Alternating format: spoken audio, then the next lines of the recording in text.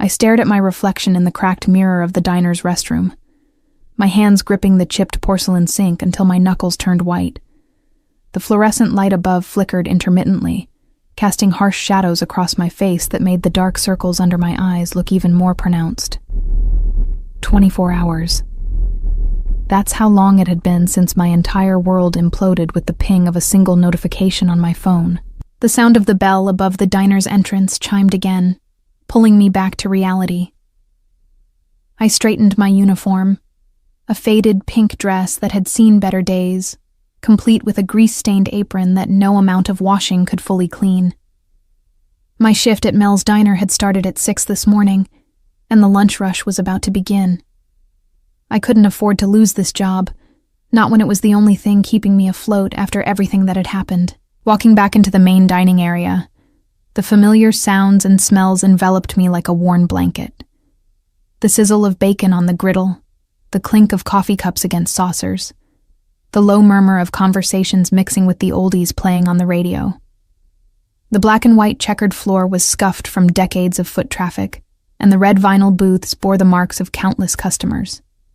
It wasn't glamorous, but it was honest work, and right now, honesty was all I had left. "Faith, table 6 needs their check," called out Dolores, the head waitress who'd been working here since before I was born.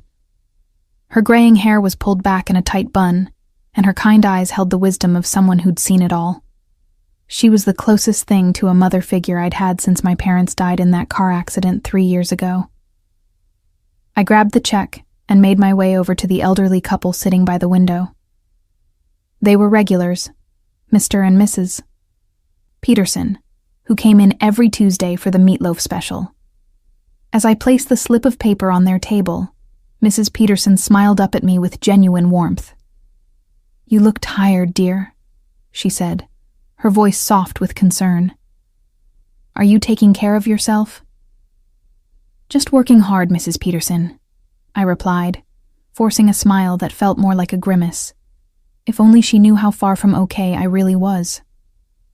The bell chimed again, and I glanced toward the entrance to see a group of men in expensive suits entering. They looked completely out of place in our humble diner, their tailored clothing and polished shoes standing in stark contrast to our blue-collar clientele. Something about their presence made the hair on the back of my neck stand up, an instinctive warning that danger had just walked through our door. Dolores appeared beside me, her expression tense. "Faith, you take table 3. I'll handle the suits." But before she could move, one of the men was already approaching us. He was tall and broad-shouldered, with salt and pepper hair perfectly styled despite the Chicago wind outside. His face was all sharp angles and hard lines, except for his eyes, dark brown and intense, like they could see straight through to your soul. When he spoke, his voice carried a slight accent that made my stomach clench with recognition. "We'd like to speak with Faith Morrison," he said, his tone polite but leaving no room for negotiation. My blood turned to ice. How did they know my name? I'd been using my mother's maiden name, Patterson, since I'd started working here 6 months ago. The only people who knew my real identity were... No, it couldn't be. "I'm sorry, but we don't have anyone by that name working here," Dolores said, stepping protectively in front of me. But the man's eyes never left mine, and I could see in them that he knew exactly who I was. "Miss Morrison," he continued, ignoring Dolores entirely, "my employer would like to have a word with you. Now." The word employer sent another chill down my spine. I knew what that meant in Chicago. I knew what kind of men wore suits like that and spoke with that particular blend of authority and menace. My father had told me stories before he died, warnings about the families that controlled the city from the shadows. "I don't know what you're talking about," I whispered. But even as the words left my mouth, I knew it was useless. They'd found me, and there was nowhere left to run. The man reached into his jacket, and I flinched, expecting the worst. Instead, he pulled out a cell phone and showed me the screen. The video was paused on the very first frame, but I could see enough to know what it was. My heart stopped beating for what felt like an eternity before hammering back to life with painful intensity. "This has caused quite a stir," he said quietly, his voice low enough that only I could hear. "My employer is very displeased that something so personal has been made public. He'd like to discuss the matter with you privately." I felt the world tilting around me, the familiar sounds of the diner fading into a buzzing white noise. Marcus had actually done it. After all his threats and manipulation, my ex-boyfriend had finally followed through on his promise to destroy me. The intimate video he'd recorded without my knowledge during our relationship was now out there for the world to see, and somehow it had reached the attention of people I desperately wanted to avoid. "Faith?" Dolores's voice seemed to come from very far away. "What's going on? Do you know these men?" I shook my head mutely, unable to form words. The man put his phone away and straightened his tie with practiced efficiency. Around us, the other customers had begun to notice the tension, conversations dying as people sensed something was wrong. "We can do this easy or hard, Miss Morrison," the man continued. "But either way, you're coming with us. Mr. Russo doesn't like to be kept waiting." Vincent Russo. Even I knew that name, whispered in the same breath as fear and respect throughout Chicago. The head of the Russo crime family, known for his intelligence, ruthlessness, and complete control over the city's underworld. What could he possibly want with me?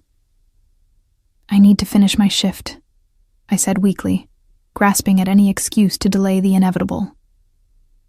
The man smiled, but there was no warmth in it. "Your shift is over. Permanently. Mr. Rodriguez has already been compensated for your sudden departure." I looked around desperately, but I knew there was no escape. The other suited men had positioned themselves strategically around the diner, blocking the exits without being obvious about it. These weren't amateurs. They were professionals who'd done this many times before. "Can I at least get my things from the back?" I asked, my voice barely above a whisper. He nodded curtly. "You have 2 minutes." I walked on unsteady legs to the small employee area behind the kitchen, my mind racing. In my locker was the only photo I had left of my parents, along with the small amount of cash I'd saved from my tips. As I gathered my meager possessions, I caught sight of myself in the small mirror we'd hung on the wall. The girl looking back at me seemed like a stranger, pale, frightened, and completely alone. When I returned to the dining area, the men were waiting patiently, but I could see the tension in their posture. Outside, a black SUV with tinted windows idled at the curb, its engine running. This was really happening.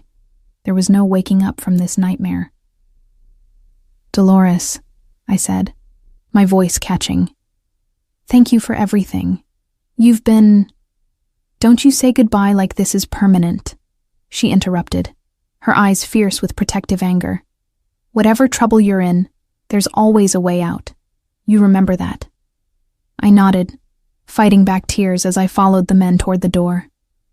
As we stepped outside into the crisp autumn air, I felt like I was leaving the last safe place I'd known.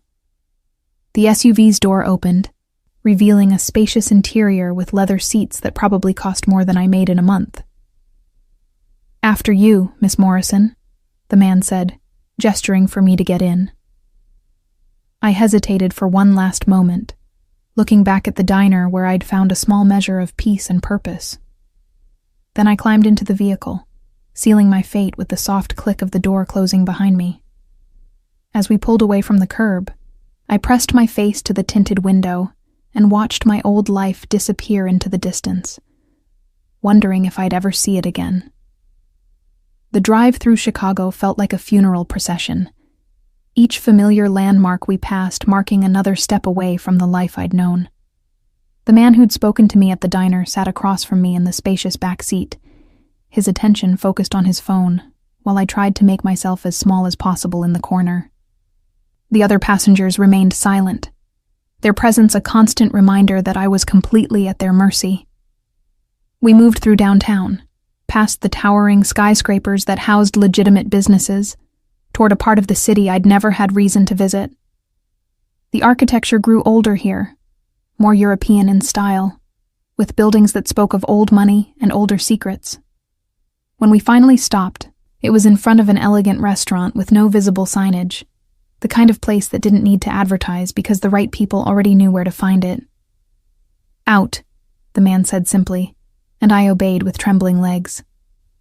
The restaurant's exterior was understated but expensive, all clean lines and subtle lighting. A doorman in an immaculate uniform opened the heavy glass door without being asked, nodding respectfully to my escorts. Inside, the atmosphere was hushed and refined, with soft jazz playing in the background and the gentle clink of expensive silverware against china. But what struck me most was how empty it was. For a Tuesday afternoon, the complete absence of other diners seemed wrong until I realized the truth. This entire place had been cleared out for one man. Vincent Russo commanded that level of power and respect. We walked through the main dining area, past tables set with pristine white linens and fresh flowers, toward a private section in the back. The maitre d', a thin man with nervous eyes, bowed slightly as we passed. I could smell something cooking in the kitchen, something rich and complex that made my empty stomach clench with hunger I hadn't realized I felt. The private dining room was smaller, but even more luxurious than the main restaurant. A single table sat in the center, set for two, with a view of the city through floor-to-ceiling windows. And there, with his back to us as he looked out at the skyline, stood Vincent Russo. He was shorter than I'd expected, but no less imposing for it. His dark hair was streaked with silver at the temples, and his suit was so perfectly tailored it looked like it had been painted onto his broad frame. When he turned to face me, I understood immediately why this man inspired both fear and loyalty in equal measure. His face was carved from granite, all hard lines and shadows, with a Roman nose that spoke of Sicilian heritage. But it was his eyes that held me captive. Dark brown, almost black, and filled with an intelligence that seemed to catalog and categorize everything they saw. When those eyes settled on me, I felt like a butterfly pinned to a board, helpless under his scrutiny. "Leave us," he said quietly, and I heard the rustle of fabric as my escorts retreated. The sound of the door closing echoed with finality, and then we were alone. For a long moment, neither of us spoke. He studied me with the intensity of a scientist examining a particularly interesting specimen, and I struggled to breathe normally under his gaze. Finally, he gestured to one of the chairs at the table. "Sit," he said, his voice carrying a slight Italian accent that made each word sound like music. "You must be hungry." I remained standing, my back pressed against the closed door. "What do you want from me?" He smiled then, but it didn't reach his eyes. Direct. I appreciate that in a woman. He moved to his own chair and sat down with fluid grace. "Please, Miss Morrison, sit. We have much to discuss." Reluctantly, I walked to the table and perched on the edge of the chair, ready to bolt at any moment. Almost immediately, a server appeared with a bottle of wine and 2 glasses. Vincent waved him away with a subtle gesture. "Water for the lady," he said, "and bring the first course." As the server disappeared, Vincent leaned back in his chair and continued his examination of me. "You're not what I expected," he said finally. "What did you expect?" I asked, surprised by my own boldness. "Someone harder, more calculating." He tilted his head slightly. "Someone who would deliberately involve herself with Marcus Chen for personal gain." My blood ran cold at the mention of Marcus's name. "You know about him?" "I know everything about him," Vincent replied, his voice taking on a dangerous edge, "including his recent, creative endeavors with technology." The server returned with water and a plate of bruschetta that looked like artwork. The smell of fresh basil and ripe tomatoes filled the air, but my stomach was too knotted with anxiety to appreciate it. "Marcus works for the Chen family," Vincent continued, as if discussing the weather. Has for about 2 years now. They've been trying to find leverage against me for some time. He picked up a piece of bruschetta and took a delicate bite. Imagine their surprise when one of their low-level soldiers brought them a video featuring my accountant's daughter. My father. A wave of grief and confusion crashed over me. My father wasn't... Your father, Thomas Morrison, handled my family's books for 15 years, Vincent interrupted. He was a good man. Honest. Loyal. His expression darkened. The Chens killed him 3 years ago, made it look like an accident. I've been waiting for the right opportunity to make them pay for that. The room spun around me. My parents' car accident hadn't been an accident at all. They'd been murdered because of my father's connection to this man, to this world I'd known nothing about. Why are you telling me this? I whispered. Because Marcus Chen thought he was being clever. He cultivated a relationship with you, gained your trust, recorded intimate moments, all with the intention of using them against me when the time was right. Vincent's voice was calm, but I could see the rage simmering beneath the surface. What he didn't realize is that I've been watching you since your parents died, making sure you were safe, staying informed about your life. You've been watching me? The violation of privacy should have angered me, but all I felt was a strange sense of vertigo, like I'd been living in a world that wasn't real. From a distance, he assured me. I owed your father that much. He would have wanted me to look after his daughter. He set down his bruschetta and leaned forward. But now you're in danger, Miss Morrison. The video has been distributed to several of my enemies, and they will try to use you to get to me. But I'm nobody, I protested. I work at a diner. I live in a studio apartment. I have nothing to do with your world. You're Thomas Morrison's daughter, he said simply. That makes you family. And I protect my family.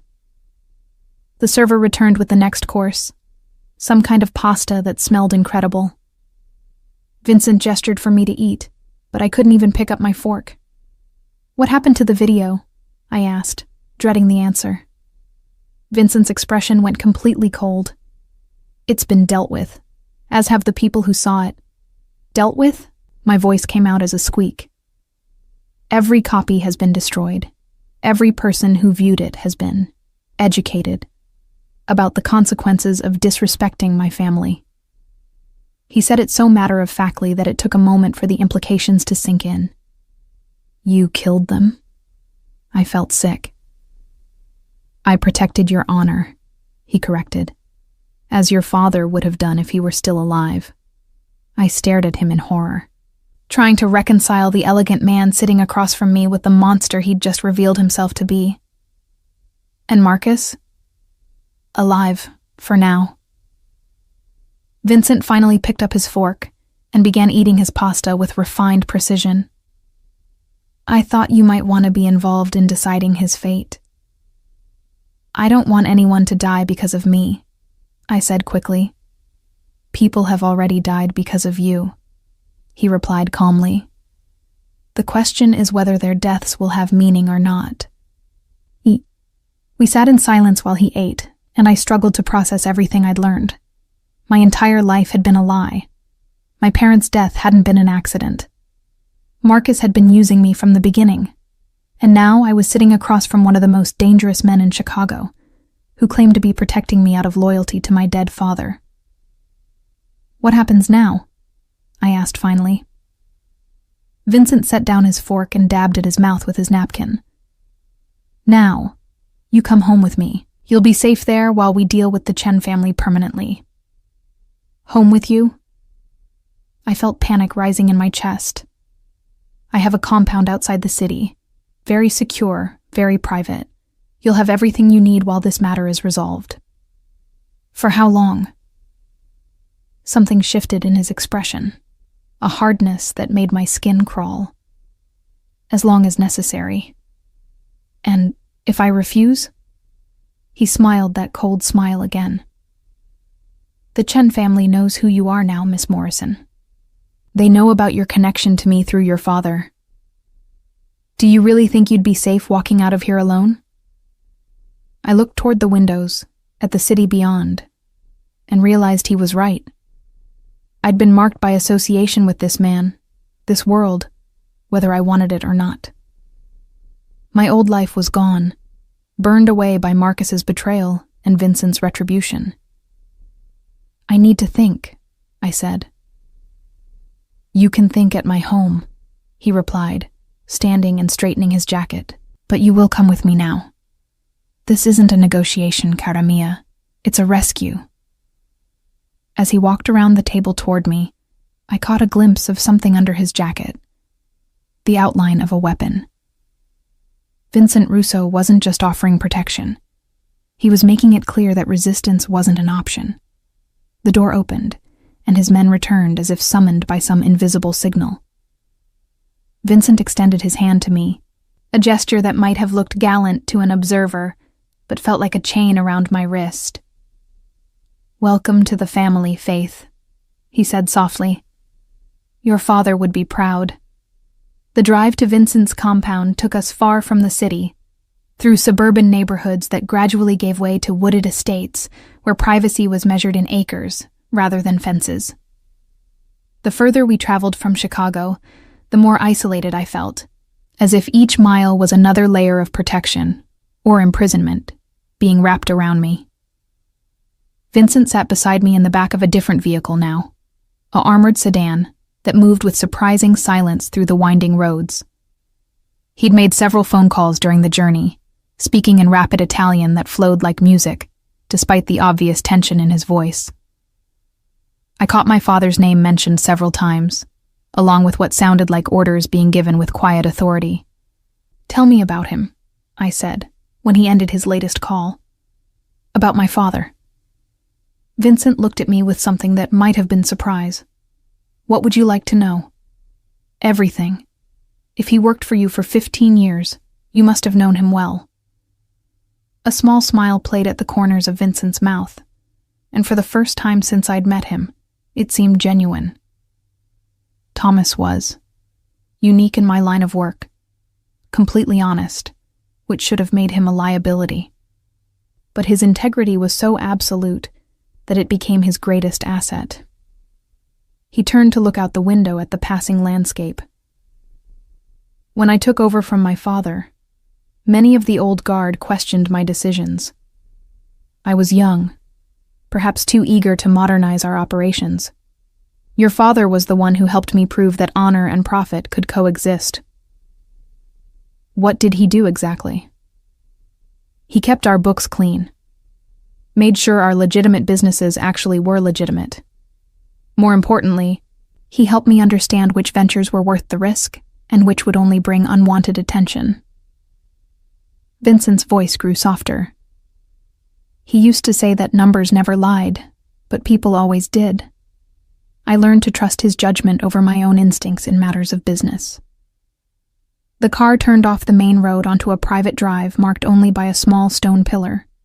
Ahead, I could see gates that looked like they belonged to a medieval fortress, tall iron bars set between stone columns, with cameras and sensors that tracked our approach. He talked about you constantly, Vincent continued as the gates opened silently before us. Your grades, your dreams of becoming a teacher, your kindness to stray animals. He carried photos of you in his wallet and showed them to anyone who would look. Tears pricked at my eyes. It had been so long since anyone had spoken about my father with such affection, such detailed memory. Did he know? About what you really did? Vincent's expression grew serious. He knew exactly who I was and what I was capable of. He chose to work for me anyway, because he believed I was trying to build something better than what came before. I hope I proved him right. The compound that came into view around the bend in the drive took my breath away. It wasn't the cold, industrial fortress I'd expected, but rather an elegant estate that managed to be both beautiful and intimidating. The main house was built of warm stone and rich wood, with lines that suggested Italian villa merged with American comfort. Gardens surrounded the building, meticulously maintained and designed to provide both beauty and strategic sight lines. It's beautiful, I admitted as we pulled up to the front entrance. It was my mother's design, Vincent said, and I caught a note of sadness in his voice. She wanted a home that felt like family, not like a headquarters. Staff emerged to meet us, not the cold-faced guards I'd expected, but people who genuinely seemed pleased to see Vincent return. An older woman with silver hair and kind eyes approached our car, her face lighting up when Vincent stepped out. "Welcome home, Vincent," she said in accented English, then looked curiously at me. "Maria, this is Faith Morrison, Thomas Morrison's daughter." Vincent's voice carried an unmistakable note of warning. "She'll be staying with us indefinitely. Please prepare the blue guest suite." Maria's expression changed immediately to one of warmth and sympathy. "Ah, Thomas's little girl. He showed us so many pictures." She moved toward me with motherly intent. "You look just like your mother, Kara. Come, you must be exhausted." As Maria ushered me toward the house, I caught Vincent giving quiet instructions to several men who'd appeared from various points around the property. The security here was extensive, but well hidden, professional enough to be nearly invisible while still maintaining complete coverage. The interior of the house was even more stunning than the exterior. Rich hardwood floors were covered with antique rugs that probably cost more than I'd make in a lifetime. The walls displayed what looked like museum-quality artwork, alongside family photographs that showed generations of Russos in various stages of life. It felt lived in despite its obvious luxury, like a real home rather than a showplace. "Your room is upstairs," Maria explained as we climbed a grand staircase. "Vincent wanted you to have the suite that overlooks the gardens. It has the best morning light." She led me down a hallway lined with more family portraits to a door she opened with obvious pride. The room beyond was larger than my entire apartment had been, with a 4-poster bed, sitting area, and French doors that opened onto a private balcony. Everything was decorated in shades of blue and cream, giving it a serene, peaceful feeling that stood in stark contrast to the chaos of my day. "There are clothes in the wardrobe," Maria said, opening doors to reveal an extensive collection of women's clothing in various sizes. "Vincent had them delivered this afternoon. If nothing fits properly, just let me know and we'll have alterations made." I stared at the clothes.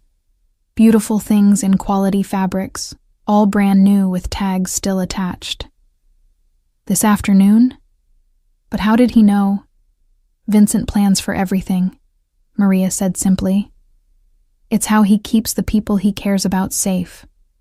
After Maria left me alone to settle in, I wandered around the room like a caged animal, touching things carefully as if they might disappear if I pressed too hard. Everything was real, solid, expensive. The bed linens were softer than anything I'd ever felt. The bathroom adjoining the room was larger than most people's living rooms, with a soaking tub and shower that looked like something from a luxury hotel. But despite the obvious luxury, I felt the weight of my situation settling over me like a heavy blanket. I was a prisoner here, however comfortable the accommodations. Vincent had made it clear that leaving wasn't an option, at least not until he'd settled his score with the Chen family. A knock at the door interrupted my brooding. "Come in," I called, expecting Maria. Instead, Vincent entered, carrying a silver tray with what looked like tea service. He'd changed from his suit into more casual clothes, dark slacks and a white button-down shirt with the sleeves rolled up, revealing forearms marked with faint scars that spoke of a violent past. "I thought you might be hungry," he said, setting the tray on the small table by the sitting area. Maria prepared some of her special biscotti. She was very fond of your father. I remained by the window, putting as much distance between us as possible. "How many people work for you?" "Here at the compound?" "About 30 full-time staff. Security, housekeeping, grounds crew, kitchen staff." He poured tea from an elegant china pot. "But if you're asking about my overall organization, that number is considerably higher."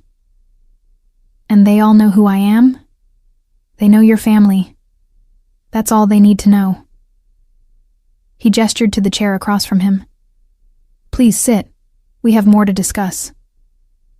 Reluctantly, I moved away from the window and perched on the edge of the offered chair. The tea smelled wonderful, something floral and soothing that reminded me of my mother's garden. I've been in contact with my sources regarding Marcus Chen, Vincent said, settling back in his chair with the ease of a man completely comfortable in his own domain. He's been trying to reach you since yesterday. 17 calls to your cell phone, which my people intercepted. 12 attempts to contact you at the diner before we collected you. My stomach clenched. What does he want? To apologize, according to the messages he left. To explain that the video wasn't supposed to be distributed, that it was an accident. Vincent's voice dripped with contempt. He's frightened. His handlers in the Chen organization aren't pleased with how this situation has developed. Meaning? Meaning they expected you to run to me for protection, but they didn't expect me to respond quite so decisively. Vincent took a sip of his tea. 23 people had access to that video before I shut down the distribution network. All of them are now either in hiding or permanently silenced. The casual way he spoke about murder made my hands shake. You can't just kill people. I can and I do when they threaten my family, he replied matter-of-factly. Your father understood this about me. It's why he trusted me to protect what mattered to him. I'm not a possession to be protected, I said, my voice stronger than I felt. Vincent studied me over his teacup, those dark eyes seeing too much. No, you're not. You're Thomas Morrison's daughter, which makes you infinitely more valuable than any possession. He set down his cup and leaned forward. The Chen family made a critical error when they decided to use you against me. They awakened something that should have remained sleeping. What do you mean? War, cara mia. This insult cannot stand. They killed your father, corrupted his daughter's honor, and attempted to use both against me. His voice remained calm, but I could see the rage burning behind his eyes. There will be consequences. I felt sick imagining the bloodshed that was coming. Can't you just let it go? I don't care about the video anymore. It's done. It's not about the video, Vincent said, standing and moving to the window. It's about respect. About the message we send when we allow our family to be attacked. He turned back to me. Your father died because he was loyal to me. I failed to protect him then. I won't fail to protect his daughter now. Even if I don't want your protection? He smiled that cold smile again. Want has nothing to do with it. You are under my protection whether you accept it or not. The only question is whether you'll be comfortable while I deal with this situation. I stood as well, anger finally overriding my fear. You can't just decide my life for me. I can, and I have, he replied calmly. You can hate me for it if you choose, but you'll be alive to hate me, which is more than I can guarantee if you try to return to your previous life. We stared at each other across the elegant room, and I realized with crushing certainty that he meant every word. Vincent Russo had claimed me as surely as if he'd locked me in a cell. The only difference was that my cell had Egyptian cotton sheets and a view of the gardens. How long? I asked quietly. Until it's finished. Until the Chen family no longer exists to threaten you. And then? Something shifted in his expression. A flicker of something I couldn't identify. Then we'll see, won't we? As the sun set outside my windows, painting the sky in shades of orange and pink, I realized that my old life was truly over. Faith Morrison, the diner waitress, was gone. What would take her place remained to be seen. I woke the next morning to sunlight streaming through the French doors and the sound of someone moving quietly in my room. For a moment, I forgot where I was, the luxury of the bed and the quality of the light completely foreign to my usual reality. Then memory crashed back, and I sat up quickly to find Maria arranging fresh flowers on the dresser. "Good morning, Kara," she said with a warm smile. "I hope you slept well." I hadn't, actually. Every sound in the unfamiliar house had jolted me awake. Footsteps in the hallway, the distant murmur of voices, the soft chime of what I assumed was a security system. But Maria's kindness made me nod anyway. "Vincent has asked me to show you around this morning," she continued, moving to open the French doors. "He thought you might like to understand how things work here." Fresh air swept into the room, carrying the scent of roses and something else. Coffee and bacon, from what had to be an incredible kitchen somewhere below. My stomach growled embarrassingly loud, reminding me that I'd barely eaten yesterday. "First, breakfast," Maria said with a knowing smile. "Then the tour." I showered quickly in the enormous bathroom, marveling at water pressure that actually worked and towels soft enough to sleep on. The clothes in the wardrobe fit perfectly, too perfectly, making me wonder again how Vincent had known my exact measurements. I selected a simple blue dress that covered everything appropriately, while still managing to look more expensive than anything I'd ever owned. The kitchen, when Maria led me there, was a chef's dream rendered in warm wood and granite. Windows on 2 walls provided views of different garden areas, and the smell of fresh bread baking filled the air. An older man with the powerful build of someone who'd worked with his hands his whole life looked up from the stove as we entered. "This is Carlo," Maria said. "He's been cooking for the Russo family for 20 years. Carlo wiped his hands on his apron and gave me a formal nod. "Miss Morrison, your father was a good man. Always polite to the kitchen staff, always grateful for what was prepared for him." The casual mention of my father's familiarity with this place hit me harder than I expected. "He ate here often?" "Every month, sometimes more," Carlo replied, returning to the bacon he was tending. "Vincent would have him for dinner when they needed to discuss business. Your father loved my osso buco." Maria guided me to a breakfast nook that looked out over what appeared to be a vegetable garden. A place setting waited for me, fine china and silver, that probably cost more than I made in a month. Carlo appeared with a plate of eggs, bacon, and fresh fruit, arranged like artwork. "Vincent eats early and is already in his office," Maria explained as I ate. "He handles most business matters in the morning when his mind is clearest." "What kind of business?" I asked, wondering how much these people knew about their employer's real activities. Maria's expression became carefully neutral. "Vincent has many interests. Import and export companies, several restaurants, construction projects. He keeps very busy." The diplomatic non-answer told me everything I needed to know about how much the household staff was told about Vincent's operations. They were loyal, but they were also protected from knowledge that could endanger them. After breakfast, Maria led me on a tour that gradually revealed the true nature of Vincent's compound. The main house was beautiful and comfortable, but it was also a fortress. Windows that looked like normal glass were actually bulletproof. The elegant artwork concealed security cameras. The peaceful gardens had sightlines carefully planned to provide no cover for potential threats. "Vincent takes security very seriously," Maria explained, as we walked through a living room that managed to be both elegant and practical. "Too many people in his position assume they're untouchable. Vincent knows better." We passed Vincent's office, and through the partially open door, I could see him behind a massive wooden desk, speaking quietly on the phone while reviewing documents. He'd changed into another perfect suit, this one charcoal gray that emphasized the breadth of his shoulders. When he looked up and saw me, he nodded politely, but didn't interrupt his conversation. "He works very hard," Maria said, noticing my attention. "Sometimes I think too hard.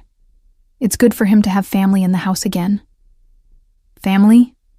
I stopped walking to stare at her. Maria's expression grew sad. "Vincent lost his wife and daughter in a car accident 5 years ago. Since then, this house has been very quiet, very empty. Your presence here. It reminds him of happier times. The revelation hit me like a physical blow. Vincent had suffered the same kind of loss I had, but his had included a child. No wonder he understood the importance of family loyalty, of protecting what mattered. He never remarried? No. Vincent is not a man who loves easily, but when he does, it is forever. Maria resumed walking, leading me toward what appeared to be a library. He blames himself for what happened to them. If he had been more careful about his enemies, if he had provided better security. We entered a room lined floor to ceiling with books, thousands of them in multiple languages. The leather bindings and rich wood gave it the feeling of an old-world study, somewhere a scholar might spend his life in contemplation. But even here, I noticed the strategic placement of chairs that provided views of all entrances. "This was your father's favorite room," Maria said, gesturing to a chair by the window. He would sit there for hours, reading Vincent's books on business philosophy and economics. Sometimes they would debate late into the night about market theories and investment strategies.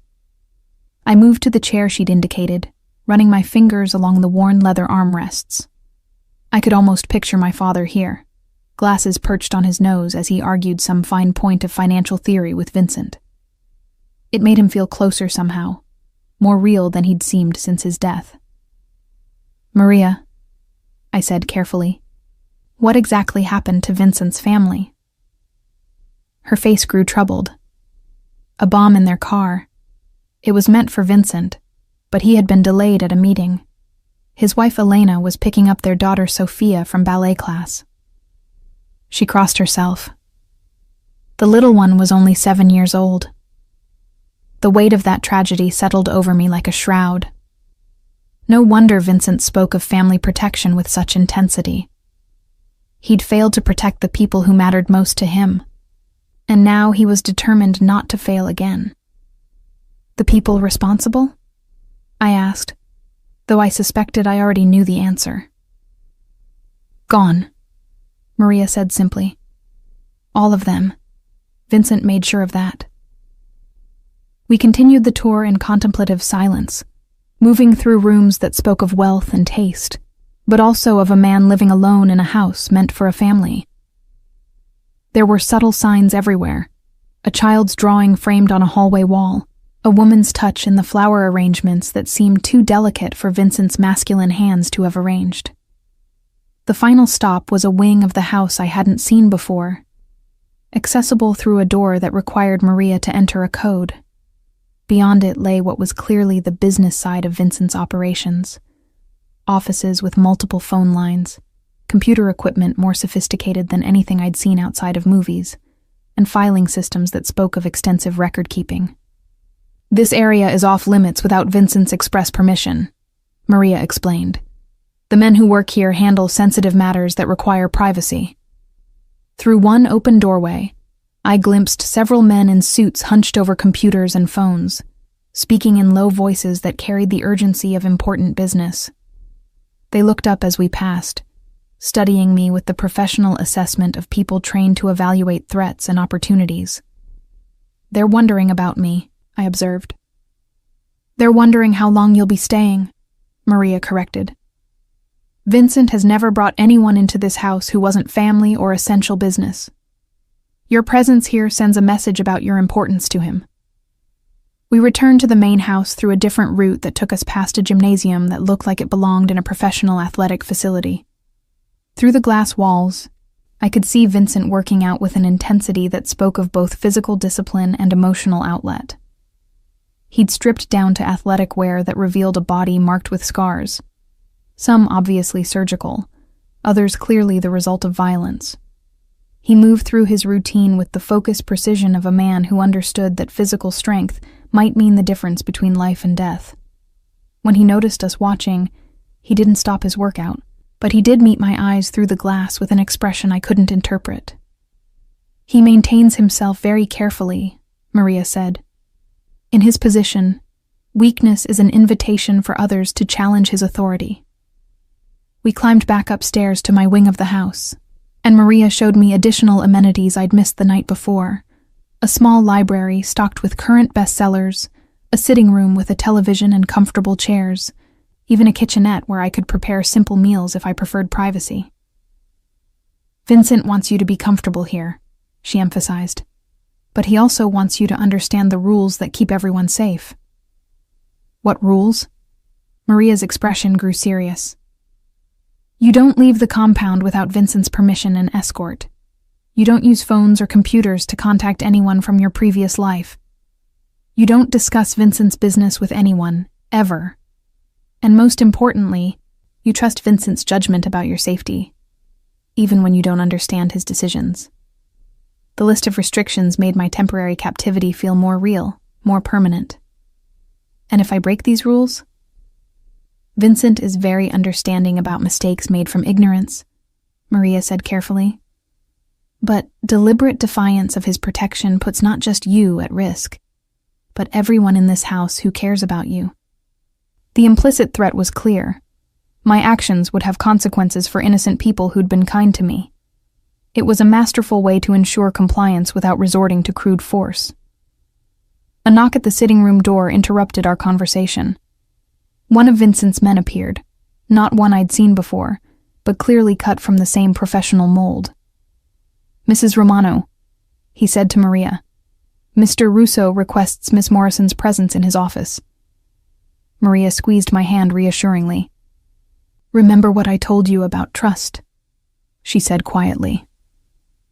I followed the man through corridors that had seemed welcoming during the tour, but now felt more like the approaches to an audience chamber.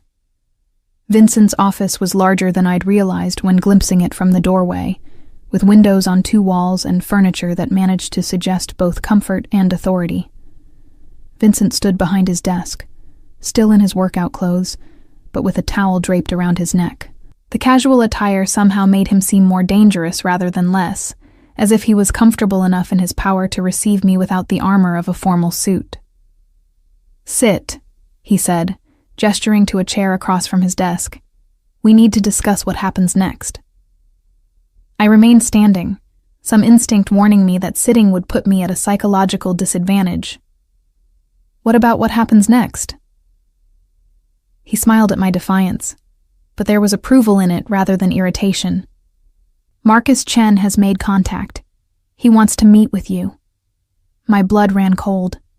"You're not actually considering—" "I'm considering using his desperation to our advantage," Vincent interrupted. "He's frightened, Miss Morrison. Frightened men make mistakes, and mistakes give us opportunities." "You want to use me as bait?" "I want to use his feelings for you, whatever they might be, to draw him into the open where we can end this matter permanently." I sank into the chair after all, the implications hitting me like a physical weight. He doesn't have feelings for me. Everything between us was a lie from the beginning. Vincent moved around the desk to perch on its edge, bringing him closer to my eye level. "Perhaps. But his current panic suggests otherwise. Why would he risk contacting you if he didn't care about your opinion of him? Because he's scared you'll kill him? He should be scared. But scared men don't usually try to apologize to their victims unless guilt is involved. And guilt suggests genuine emotion, however misguided." I stared up at him, trying to understand the chess game he was playing in his mind. "What exactly are you proposing?" "A meeting. Carefully controlled, completely supervised. You listen to what he has to say, perhaps even appear to forgive him. Meanwhile, my people trace his location and identify his support structure. And then?" Vincent's expression went cold. "Then justice is served for your father, for you, and for the insult to my family." The casual way he planned Marcus's death made me feel sick, but I couldn't deny the part of me that wanted to see my ex-boyfriend pay for what he'd done. The violation of recording me without consent, the betrayal of distributing the video, the revelation that our entire relationship had been built on lies. All of it deserved consequences. "When?" I asked quietly. Soon. He's growing more desperate by the hour, which means he'll be more likely to agree to terms that favor us. Vincent stood and returned to his side of the desk. But first, you need to understand something important about your situation here. What's that? This isn't temporary, cara mia. Even after we resolve the Chen problem, you won't be returning to your old life. My heart started racing. What do you mean? I mean that Thomas Morrison's daughter belongs under my protection permanently. The enemies I've made in my lifetime don't forget, and they don't forgive. Your connection to me through your father makes you a target for as long as I'm alive. You can't just decide that, I protested, standing to face him. I already have, he replied calmly. The question is whether you'll accept this gracefully, or whether we'll have to find other ways to ensure your compliance. We stared at each other across the expensive desk, and I realized with crystal clarity that my brief taste of freedom between my parents' death and this moment had been an illusion. I'd been living on borrowed time, and now the debt was being called in. I want to see Marcus, I said finally. I want to hear him try to explain what he did. Vincent's smile was sharp as a blade. I was hoping you'd say that. 3 days passed before Marcus finally agreed to Vincent's terms for a meeting. During that time, I found myself settling into the rhythm of life at the compound, with an ease that disturbed me. The luxury was seductive, certainly, but it was more than that. For the first time since my parents' death, I felt protected, cared for, like I mattered to someone beyond my immediate usefulness. Vincent maintained a careful distance during those days, appearing at meals and checking on my comfort, but never pushing for intimacy or closeness that I wasn't ready to give. His restraint was probably calculated, a way of building trust before asking me to take risks for his vendetta, but it felt genuine enough to lower my guard incrementally. Maria had become my constant companion, showing me how the household operated and sharing stories about my father that painted a picture of a man who'd been both respected and loved by Vincent's people. The more I learned about their relationship, the more I understood that my father hadn't just been an employee, he'd been a trusted advisor, almost a brother to Vincent in the way that mattered most to men in their positions. Your father was the only person who could tell Vincent when he was wrong, Maria confided as we walked through the gardens on the morning of the planned meeting. Not about business. Vincent's instincts about business are perfect, but about people, about when his protective instincts went too far. Too far how? Vincent sees threats everywhere because threats are everywhere in his world. Your father helped him understand when caution became paranoia, when protection became prison. She gave me a meaningful look. Vincent has been alone too long to remember that distinction. The implication was clear. I was being positioned to fill a role my father had once occupied, to be the voice of reason that kept Vincent's darker impulses in check. It was a dangerous position to occupy, but also potentially a powerful one. That afternoon, I was summoned to Vincent's office for a final briefing before the meeting with Marcus. I found him dressed in another impeccable suit, this one navy blue with subtle pinstripes that emphasized his authority without being ostentatious. He was reviewing documents when I entered, but he looked up immediately and gestured for me to sit. The meeting is set for 6 this evening, he said without preamble. A restaurant in Lincoln Park. Public enough that Marcus will feel safe, controlled enough that my people can monitor everything. Will you be there? Not visibly, but I'll be close enough to intervene if necessary. He leaned back in his chair, studying me with those penetrating dark eyes. Are you prepared for this? I'd been asking myself the same question all day. What exactly am I supposed to accomplish? Listen to what he has to say. Let him believe you might forgive him. Most importantly, keep him talking long enough for my people to identify anyone he might have brought as backup. And then? Vincent's expression didn't change, but something cold flickered behind his eyes. Then you leave, and I handle the rest. A chill ran down my spine at the casual way he discussed murder. "Vincent, I don't want to watch you kill him." "You won't have to watch. You'll be safely away before any unpleasantness begins." He stood and moved to a wall safe I hadn't noticed before, entering a combination with practiced efficiency. From inside, he withdrew what looked like an expensive piece of jewelry, a delicate gold necklace with a small pendant. "What's that?" "Insurance," he replied, approaching my chair. "The pendant contains a tracking device and an emergency beacon. If anything goes wrong, if Marcus tries to take you somewhere, press the center stone and hold it for 3 seconds. He moved behind my chair, and I felt his fingers at the nape of my neck as he fastened the necklace. His touch was surprisingly gentle, and I caught the scent of his cologne. Something expensive and masculine that made my pulse quicken involuntarily. "There," he said, returning to face me. "Perfect." I touched the pendant, surprised by how substantial it felt despite its delicate appearance. "You really think he might try to kidnap me?" "I think Marcus Chen is desperate, and desperate people do unpredictable things. Better to be prepared for the worst." A knock at the door interrupted us, and one of Vincent's men entered with the efficient deference I'd come to associate with his organization. "The car is ready, sir. Doctor Rossi has arrived as requested." "Dr. Rossi?" I looked between Vincent and his subordinate. "A precaution," Vincent explained.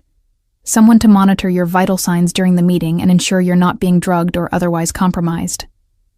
The level of preparation was both reassuring and terrifying. Vincent truly did think of everything, plan for every contingency. I was beginning to understand how he'd survived and thrived in a world where miscalculation meant death. The restaurant Vincent had chosen was elegant but not intimidating, the kind of place where business people met for dinner and couples celebrated anniversaries.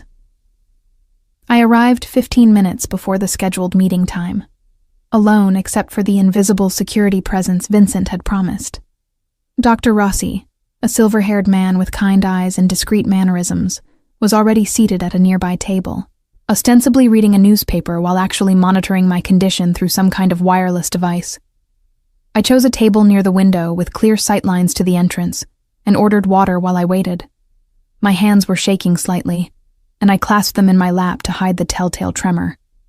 Part of me was angry that I was nervous about seeing Marcus again, furious that he still had the power to affect me after everything he'd done. At exactly 6 o'clock, Marcus walked through the door. He looked terrible. The confident, well-groomed man I'd thought I loved had been replaced by someone who'd clearly been sleeping badly and eating worse. His clothes, while still expensive, hung on a frame that had lost weight, and his eyes darted constantly around the room like a hunted animal's. When he spotted me, his face transformed with relief so profound it was almost painful to witness. He crossed the restaurant quickly, sliding into the chair across from me with the desperate urgency of a drowning man reaching for a life preserver. "Faith," he breathed, reaching across the table as if to take my hands. I pulled back instinctively, keeping my hands in my lap. "Hello, Marcus." Up close, the change in him was even more dramatic. Dark circles shadowed his eyes, and his usually perfect hair was disheveled. He looked like a man living in constant fear, which I supposed he was. "I can't believe you agreed to see me," he said, his voice cracking slightly. "After everything that happened, I wasn't sure you'd ever want to look at me again." "I almost didn't," I replied honestly. "But I needed to hear you explain how you could do what you did." He flinched as if I'd slapped him. "It wasn't supposed to happen like this. The video, I never meant for it to be distributed. It was supposed to be private, just between us. You recorded me without my consent, Marcus. You violated my privacy in the most intimate way possible." I know, and I'm sorry. God, Faith, I'm so sorry." He ran his hands through his hair, making it even more disheveled. "I was young and stupid, and I thought it would be romantic, like a private memory we could share." The explanation was so pathetic, so inadequate, that I almost laughed. A memory? You made a sex tape without telling me, Marcus. That's not romance. That's violation. You're right. You're absolutely right, and I've regretted it every day since. He leaned forward, his eyes pleading. But the distribution, that wasn't me, Faith. My family, they found the video on my computer and they decided to use it. I tried to stop them, but they wouldn't listen. Your family? I let confusion color my voice, as if I didn't already know about his connection to the Chen organization. Marcus glanced around nervously before lowering his voice. There are things about my life that I never told you. Things I should have told you from the beginning. Like what? Like the fact that my family isn't just an import-export. We're connected to certain elements in Chicago that operate outside the law. The confession seemed to cost him something, as if admitting it out loud made it more real. I waited for him to continue, keeping my expression neutral despite the anger building in my chest. When they found out about your connection to Vincent Russo through your father, they saw an opportunity. The video was supposed to be leverage, a way to get to Russo through you. So you never cared about me at all. I kept my voice level, but inside I felt something breaking all over again. No, that's not true. He reached across the table again, and this time I let him take my hand. His skin was cold and clammy with nervous sweat. What started as an assignment became real, Faith. I fell in love with you for real. How am I supposed to believe that after everything? Because I'm risking my life to be here. The words burst out of him with desperate intensity. Do you think Russo's people aren't watching this place? Do you think I don't know what happens to people who cross him? I glanced toward Dr. Rossi's table, where the older man was still calmly reading his newspaper. Then why come? Why risk it? Because I love you, Marcus said simply. Because I needed you to know that not everything between us was a lie. And because I want to get you away from Russo before he destroys you the way he destroys everyone he touches. The irony was almost laughable. Marcus, who delivered me into Vincent's hands through his betrayal, now wanted to save me from the consequences of his own actions. Vincent isn't destroying me, I said carefully. He's protecting me from people who want to hurt me because of what you did. He's using you. Marcus's voice rose before he caught himself and lowered it again. Don't you see? He doesn't care about you. He cares about revenge against my family. You're just a convenient weapon in his arsenal. And what was I to you? A convenient way to get information about my father's work? The question hit home, and Marcus flinched again. At first, yes. But that changed, Faith. It changed the moment I got to know you, the real you. We sat in silence for a moment, the weight of all the lies and betrayals hanging between us like a physical presence. Part of me wanted to believe him, wanted to think that some small portion of our relationship had been genuine. But I'd learned too much about the world these men operated in to trust anything at face value. What do you want from me, Marcus? I asked finally. I want you to leave with me. Tonight. Right now. His grip on my hand tightened. I have a car outside. Resources my family doesn't know about. We can disappear, start over somewhere Russo and my family can't find us. Just like that? Walk away from everything? What is there to walk away from? Your job at the diner? Your studio apartment? He leaned closer, his voice taking on the persuasive tone I remembered from better times. I can give you a real life, Faith. Safety, security, a future where you don't have to look over your shoulder. It was tempting, I had to admit. The idea of escaping from both Vincent's gilded cage and the dangerous world Marcus had pulled me into held obvious appeal. But I'd learned enough about these men to know that escape was rarely as simple as it seemed. And your family? They'll just let you go? Something flickered in Marcus's eyes. Fear, uncertainty, desperation. I'll handle my family. The important thing is getting you safe. Safe from Vincent, you mean? Safe from all of it, he insisted. From Russo, from my family. From this whole world that treats people like chess pieces, to be moved around and sacrificed. I studied his face, looking for signs of deception. What I saw was a man who was genuinely terrified, but also genuinely determined. Whether that determination was born of love or guilt, I couldn't tell. I need to think about it, I said finally. Relief flooded his features. Of course. But don't take too long, Faith. Every day you stay with Russo makes it harder for me to keep you safe. Keep me safe from what? His expression grew grave. From becoming so important to him that he'll never let you go. Marcus left the restaurant first, after making me promise to consider his offer and giving me a phone number where I could reach him.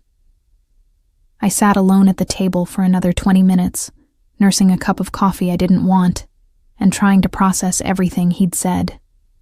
Dr. Rossi had left shortly after Marcus, presumably to report back to Vincent, leaving me truly alone with my thoughts for the first time in days. The pendant around my neck felt heavier now, a tangible reminder of Vincent's control over my life. Marcus was right about one thing. Vincent was using me as a weapon in his war against the Chen family. But he was also wrong about something crucial. Vincent wasn't just using me. There was something deeper there. Something more personal that went beyond simple revenge. When I finally left the restaurant, Vincent's car was waiting at the curb as promised. The driver held the door for me without speaking, and we drove through the darkening city in silence. I found myself studying the neighborhoods we passed, wondering if I'd ever see them again as a free woman. Back at the compound, Vincent was waiting for me in his study. He'd changed from his suit into more casual clothes, dark slacks and a white shirt with the sleeves rolled up, but he still radiated the same controlled power that seemed to be his natural state. "How did it go?" he asked as I settled into the chair across from his desk. "He wants me to run away with him," I said without preamble. Something dangerous flashed in Vincent's eyes. "Does he now?" "He says he loves me, that not everything between us was a lie." "And you believe him?" I considered the question carefully. "I think he believes it. Whether it's actually true is another matter." Vincent nodded approvingly. "Good. You're learning to think like someone who understands this world." He leaned back in his chair, studying me with those penetrating dark eyes. "What did you tell him?" "That I'd think about it." "Wise. It's always better to leave desperate men with hope than to drive them to desperation." He stood and moved to the window, looking out at the gardens where security lights were beginning to flicker on.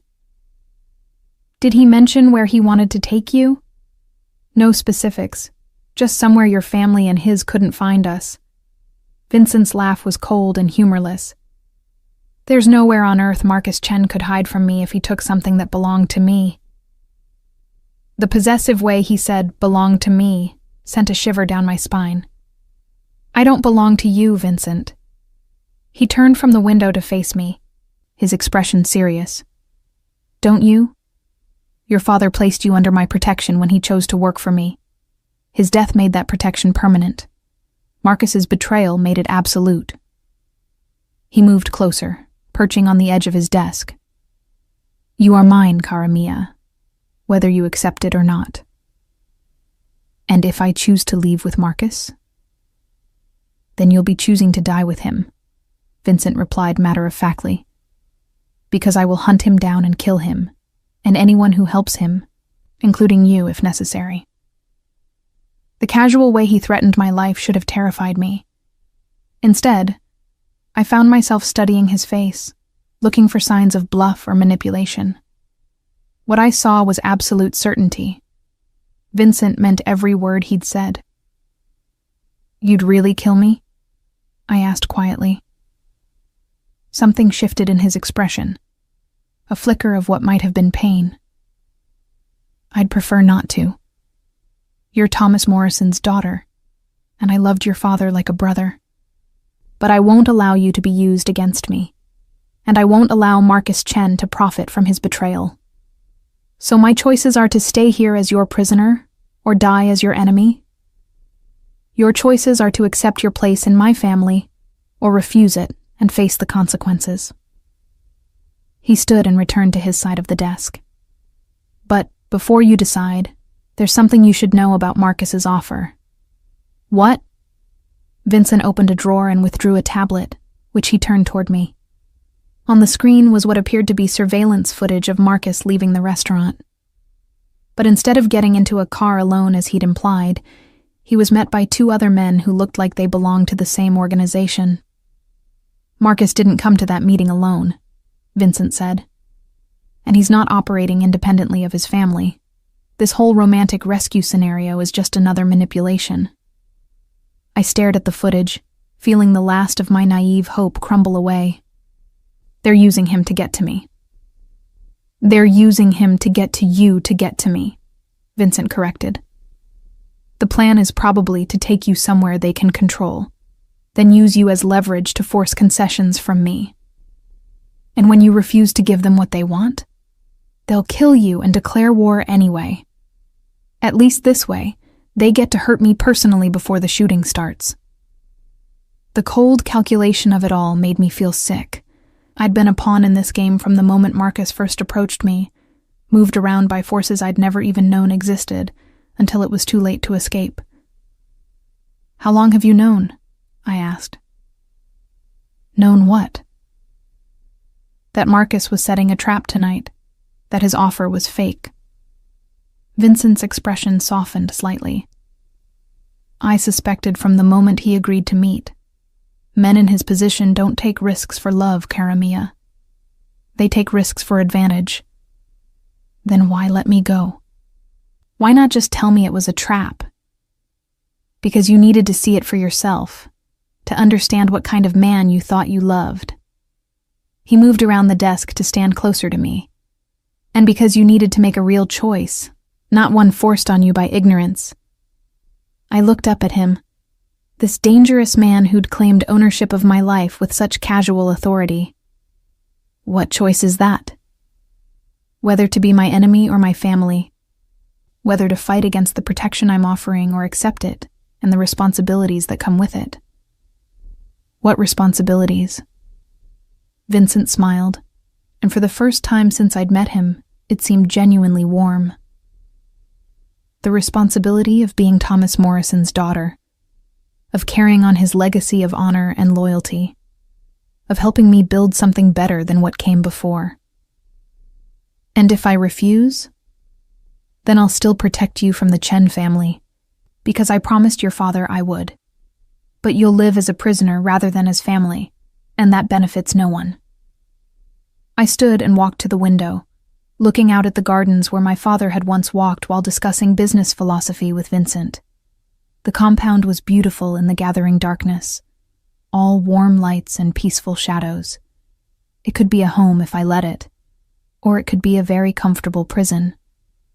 "Marcus was right about one thing," I said without turning around. "You do see people as chess pieces." "Sometimes, but not you, Faith. Never you." "Then what am I to you?" I heard him move closer, felt his presence behind me without touching. "You're the daughter of my dearest friend. Your family. You're—" He paused, as if searching for words. "You're the future I want to build." I turned to face him, studying his expression in the reflected light from the windows. "The future? A family that's about more than just power and fear. A legacy that your father would be proud of." His voice grew softer. "Children who grow up knowing they're loved and protected, not just feared." The implication hung between us, heavy with possibility and danger. Vincent wasn't just offering me protection. He was offering me a life, a future, a place in his world that went far beyond simple captivity. "I need time to think," I said. "Time is one thing we don't have much of," Vincent replied. "Marcus will expect an answer soon, and the longer we wait, the more desperate his family becomes." "How long?" "Tomorrow night. Marcus has agreed to another meeting, this one at a location of my choosing. You can give him your answer then." I nodded, though the thought of facing Marcus again filled me with dread. "And after that?" "After that, we deal with the Chen family permanently, and you begin your new life as a Russo." The name sounded strange applied to me, foreign and dangerous. But it also sounded right somehow, like a key turning in a lock I hadn't even known existed. "I'll give you my answer tomorrow," I said finally. Vincent smiled and moved closer, close enough that I could smell his cologne and see the flecks of gold in his dark eyes. "Whatever you decide, cara mia, know that your father would be proud of the woman you've become. Strong, intelligent, principled, everything he hoped you would be." Before I could respond, he leaned down and pressed a gentle kiss to my forehead, the kind of kiss a father might give a beloved daughter, or a man might give a woman he was learning to love. "Sleep well," he said softly. "Tomorrow changes everything." As I made my way back to my room, I realized he was right. Tomorrow would force me to choose between the illusion of freedom with Marcus and the reality of family with Vincent. Between a man who'd betrayed me once and would likely do so again, and a man who'd claimed me as family and would protect that claim with his life. It wasn't really a choice at all. That night, I lay awake staring at the ceiling, thinking about my father and the choices he'd made. He'd chosen loyalty to Vincent over safety, honor over ease, family over blood.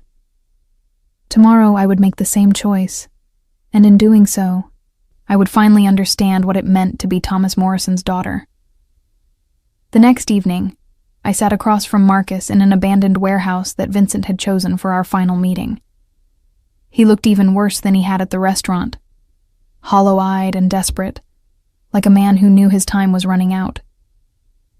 "Have you made your decision?" he asked without preamble. I looked at him, really looked at him, and saw not the man I'd thought I loved, but a stranger who'd worn a familiar face while planning my destruction. "Yes," I said simply. "I have." "And?" I stood, the pendant around my neck feeling warm against my skin. "Goodbye, Marcus." The hurt and confusion in his eyes might have been genuine, but it no longer mattered. I'd chosen my family, and Vincent Russo always protected his family. As I walked toward the exit where Vincent waited in the shadows, I heard Marcus call my name one last time. I didn't look back. Thomas Morrison's daughter was going home,